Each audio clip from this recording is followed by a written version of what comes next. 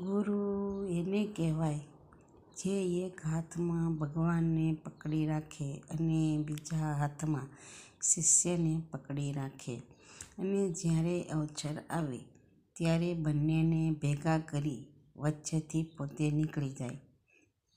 તેનો અર્થ એવો છે કે ગુરુ શિષ્યને ભગવાન ગોવિંદ સાથે મેળાપ કરાવે અને પછી ગુરુ નીકળી જાય. એટલે ગુરુનો ભાવ હશે. ગુરુ આપણને ગોવિંદ સુધી પહોંચાડી દે. ગોવિંદ એટલે ઈશ્વર, ઈશ્વર એટલે પરમાત્મા. એટલે આ ગુરુનો ધ્યેય છે કે ગુરુમાં એટલી તાકાત છે તે આપણને ઈશ્વરના શરણ સુધી પહોંચાડી દે, ઈશ્વરના દર્શન કરાવી દે. એટલી ગુરુમાં તાકાત છે. જો તમે ગુરુ કર્યા હોય ને તો ગુરુના વચન ઉપર વિશ્વાસ રાખજો. એનામાં તાકાત છે. તમને ચોક્કસ ભગવાનના દર્શન